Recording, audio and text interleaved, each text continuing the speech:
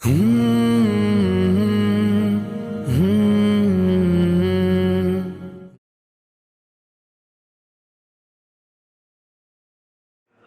علی میاں رحمۃ اللہ علیہ نے بیان انسانیت قافلہ شروع ہوئے آئے اور آج بھی الحمدللہ بڑی مضبوطی کے ساتھ وہ اصلاح معاشرے کا اور مسلم نکاح کی تحریک کو بڑے. بسم اللہ الرحمن الرحیم. صدر مشاورتی اجلاس مولانا خالد سیف اللہ رحمانی صاحب، کارگزار general secretary all India Muslim personal law board, معزز علماء کرام، دانشوران ملت اور قائدین عظام، مسلم پرسنل لاء بورڈ نے جب کبھی کوئی تحریک شروع کی اس کی مختصر تاریخ یہ بتاتی ہے الحمدللہ وہ تحریک کامیابی سے ہمکنار ہوئی ہے، اور امید ہے کہ یہ تحریک بھی انشاءاللہ کامیابی سے ہمکنار ہوگی. آسان اور مسنون نکاح، اس کی ذمہ داری بہت حد تک خطیب حضرات جو ممبر اور محراب میں جو لوگ تقریریں کرتے ہیں اور علماء کرام قائدین عظام کی بہت بڑی ذمہ داری عائد ہوتی ہے. مسلمانوں کے اندر یہ خرابی کیوں آئی، اس کے اسباب کو معلوم کرنا بہت ضروری ہے.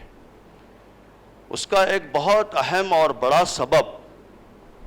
جو مجھے سمجھ میں آتا ہے وہ یہ ہے کہ مسلمان نماز کو اور مسجد میں جو مراسم عبودیت ادا کی جاتی ہیں ان کو تو وہ دین سمجھتے ہیں، لیکن مسجد سے باہر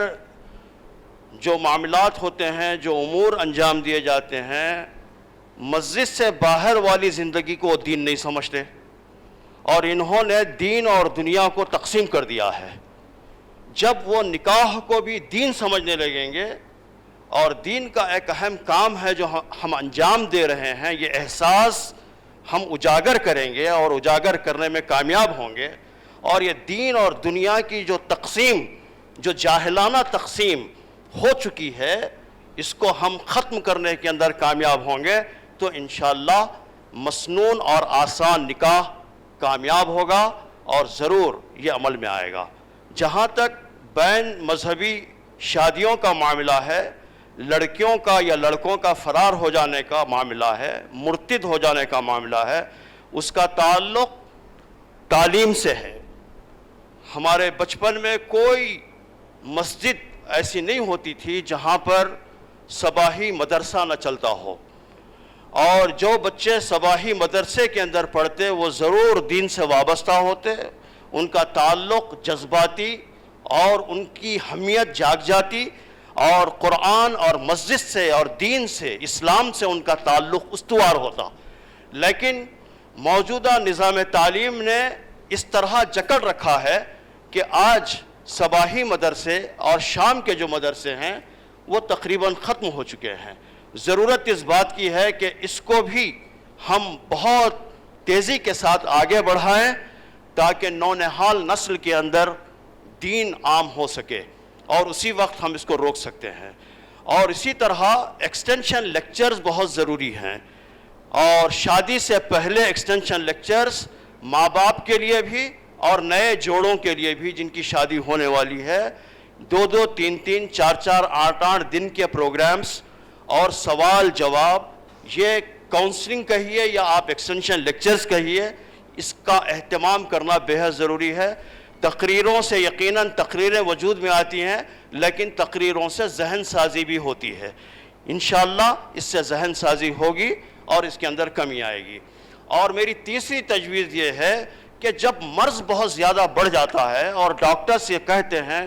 کہ اس کا آپریشن ہونا بہت ضروری ہے، اور حالات اگر ایسے پیدا ہو جائیں اور ملت کے اندر خرابی اس سطح تک پہنچ جائے تو ہمیں آپریشن کرنے کی بھی ضرورت پیش آتی ہے، اور ایسے شدید قسم کے اقدامات لینے کی بھی ضرورت پیش آتی ہے. تو مسلم پرسنل لاء بورڈ سماجی دباؤ سوشل پریشر کو ڈیولپ کرنے کے لیے کوئی میکانزم طے کرے. بستی مسجد کے بنیاد پر اور بستی کی سطح پر، آبادیوں کی سطح پر اگر پریشر گروپ اگر ہم ڈیولپ کریں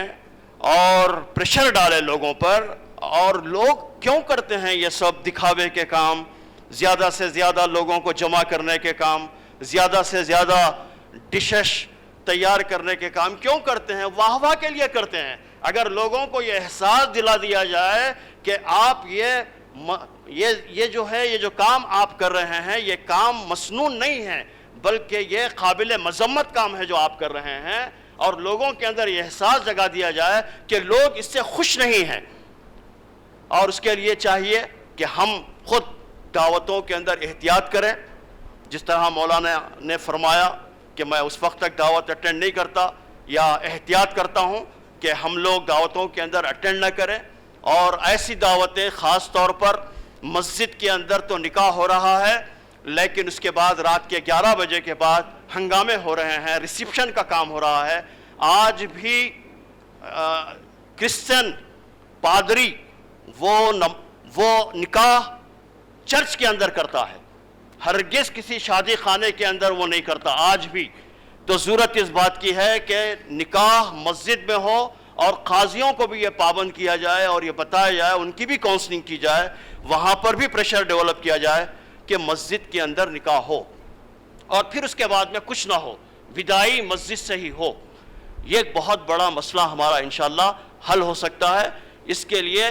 علماء کرام کی مضبوطی